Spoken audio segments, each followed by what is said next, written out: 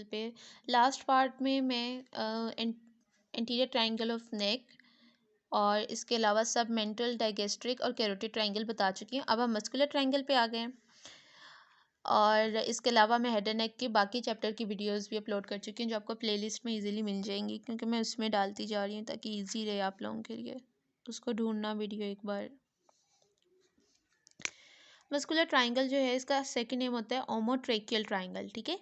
और muscular triangle जो है इसको आप यहाँ से देखें, ठीक है। ये जो मैंने डायग्राम ड्रॉ की हुई है, ये नीचे वाला है मस्कुलर ट्रायंगल, ठीक है। मस्कुलर ट्रायंगल के ऊपर क्या है, सुपीरियर बेली ऑफ ओमोहायोइड, ठीक है। उसके मीडियल क्या है, मिड लाइन जो आपने इमेजिन की हुई है, और लेटरल क्या है, स्टर्नोक्लिडोमेस्टोइड, ठीक है। ये इसकी बाउंड्रीज हैं, ठीक है। एंटीरियर जो है वो anterior median line of neck है।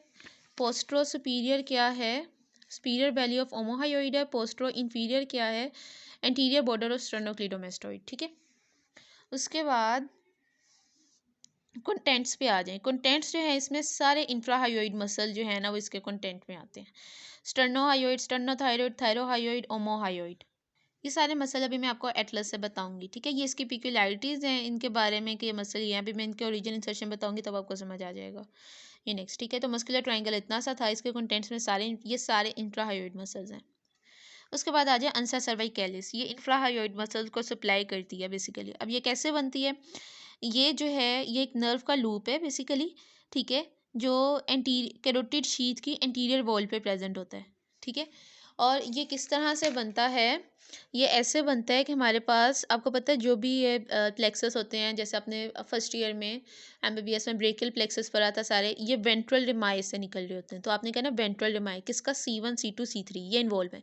C1 का वेंट्रल रिमाई, ठीक है।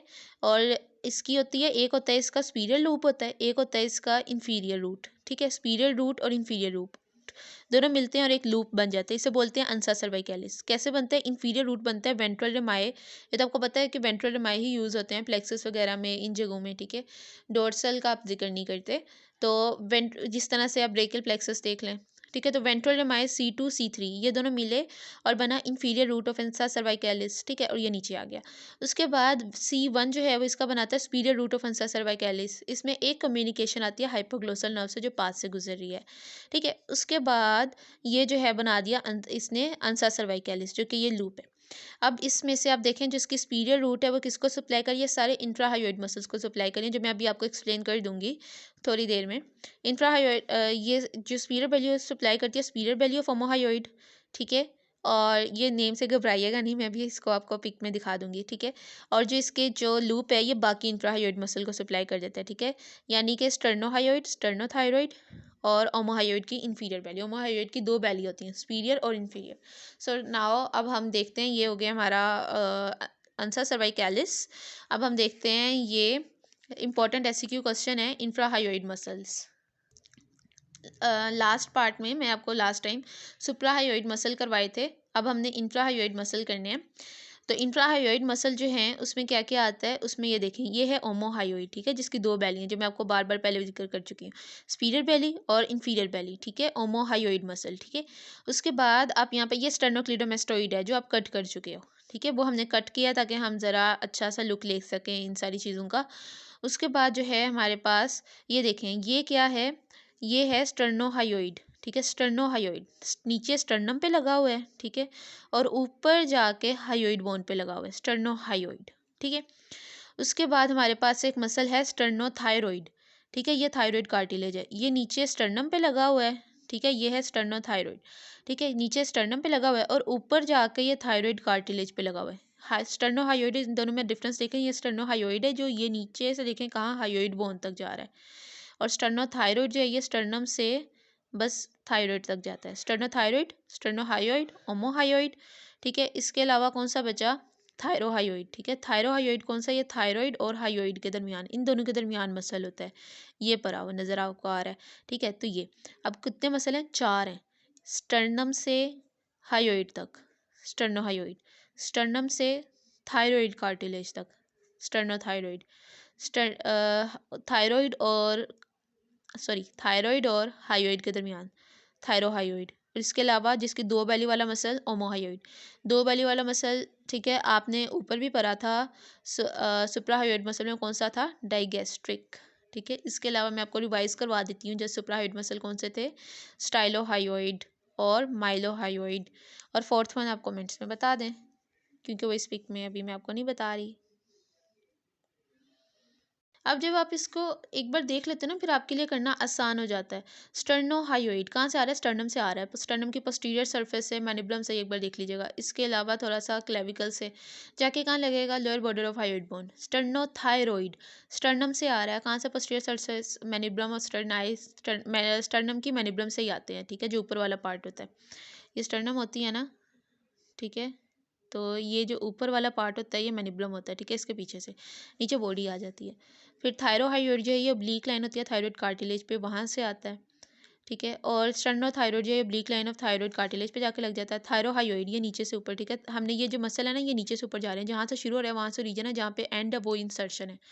और bleak line of thyroid cartilage से आता है, lower border of greater corner of hyoid bone पे जाके लग जाता है। मैंने आपको कहा था हायोइड बोन की वीडियो देख लें ताकि आपको क्लियर हो जाए। मैंने बोन स्कल बोन के नाम से प्लेलिस्ट है, उसमें मैंने स्कल की सारी बोन्स रखी हुई हैं, तो हायोइड बोन आपको वहाँ से मिल जाएगी।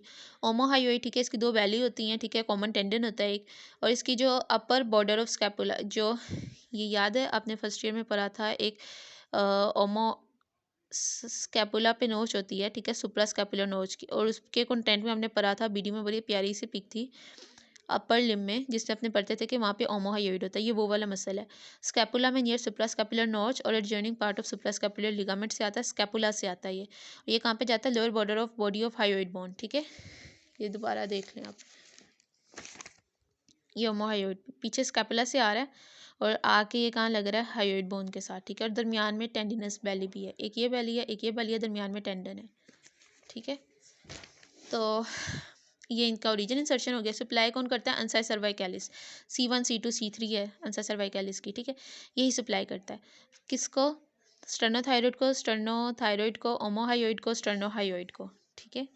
उसके बाद क्या बचा, थायरोहायोइड, ठीक है, एक, तो उसको कौन सप्लाई करता है, थायरोहायोइड जो है उसको, ये देखें, स्टायरो थायरोहायोइड को जी जो ऊपर से C1 का वेंट्रल रिमाई आ रहा था वो कर रहा है सप्लाई, ठीक है, ये सप्लाई करता है थायरोहाइड और जीनियोहायोइड को, ठीक है। तो थायरोहायोइड को कौन सप्लाई कर रहा है, C1 सप्लाई कर रही है through hypoglossal nerve, C1 supply कर रही है जिसमें हाइपोग्लोसल नर्व का कम्युनिकेशन आया था, वो सप्लाई कर रही है थायरोहायोइड को। बाकी सबको कौन सप्लाई कर रहा है, अंसा सर्वाइकैलिस, ठीक है। उसके बाद देखें, अब ये कॉमन सी बात है, मैं इन सब का एक कॉमन फंक्शन आपको बता दूंगी।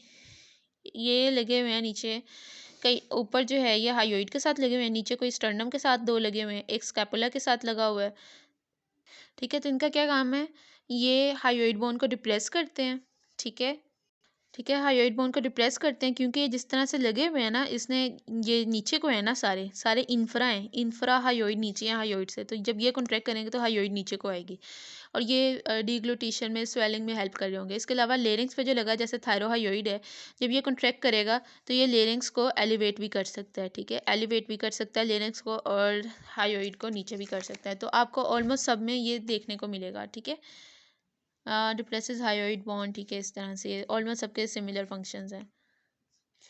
उसके बाद नेक्स्ट आ जाए, हमारे पास है कॉमन कैरोटिड आर्टरी, ठीक है, ये निकलती है ब्रेकियोसेफेलिक आर्टरी से, ठीक है, ये है हमारे पास कॉमन कैरोटिड आर्टरी। अच्छा, यहाँ पे देखें ये अंसा सर्वाइकैलिस है, और आप देख सकते हैं किस तरह से इनके ऊपर पड़ा हुआ है ये कैरोटिड आर्टरी के ऊपर, ठीक है। और कॉमन कैरोटिड आर्टरी वो डिवाइड करती है किस में, एक्सटर्नल और इंटरनल कैरोटिड आर्टरी में, ठीक है। एक्सटर्नल कैरोटिड आर्टरी फिर पैरोटिड ग्लैंड तक जाती है और अपनी दो टर्मिनल ब्रांचेस दे देती है, सुपरफिशियल टेम्पोरल और मिक्सिलरी, और ये वाली इंटरनल कैरोटिड आर्टरी है, ठीक है।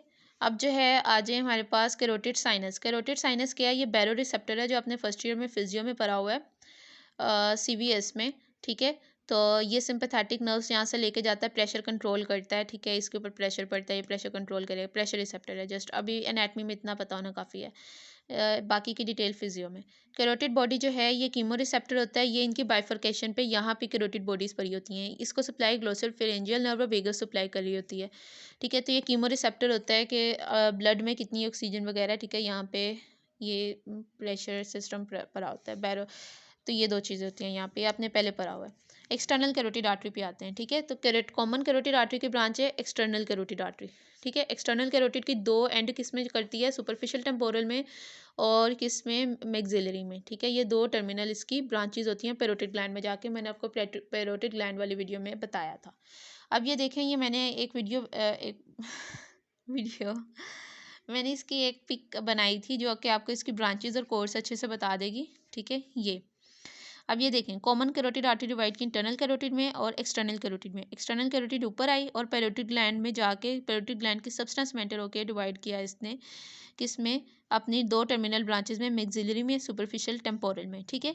उसके बाद आप ये देखें कि इसकी कौन सी ब्रांचेज हैं, ठीक है। एक ये देती है स्पीरियर थायराइड ब्रांच, जो कि आप थायराइड ग्लैंड में पढ़ेंगे। फिर लिंगुअल आर्टरी को अपने टंग में पढ़ा होगा। उसके बाद फेशियल आर्टरी, जो मैंने आपको स्कैल्प टेम्पल फेस में पढ़ाई थी। फिर पोस्टीरियर ऑरिकुलर और ऑसिपिटल, ये भी स्कैल्प में आपको पढ़ाई थी। तो कितनी, स्पीरियर थायराइड, ठीक है, lingual, facial, posterior auricular, occipital, और एक सिक्स वन होती है असेंडिंग फिरेंजियल, ठीक है। ये ब्रांच 6 हो गई। उसके बाद ये दो इसकी टर्मिनल मैक्सिलरी और सुपरफिशियल टेम्पोरल, ये इस तरह से ऊपर जाती है। पहले ये पर ये होती है, इंटीरियर होती है इंटरनल कैरोटिड आर्टरी के, उसके बाद ये लेटरल चली जाती है, तो ये वाउंड करती है बेसिकली, ठीक है। तो ये इसका कोर्स देख लीजिएगा। उसके बाद जो है हमारे पास इसकी कौन कौन सी ब्रांचेज हैं। एंटीरियर ब्रांच में स्पीरियर थायराइड, लिंगुअल और फेशियल आती है। पोस्टीरियर ब्रांच ओसिपिटल और पोस्टीरियर ऑरिकुलर है। मीडियल असेंडिंग फ्रेंजियल है। टर्मिनल मैक्सिलरी और सुपरफिशियल टेम्पोरल है, ठीक है। और फिर ये उनकी थोड़ी सी description. Okay, best of luck, अल्लाह हाफिज़।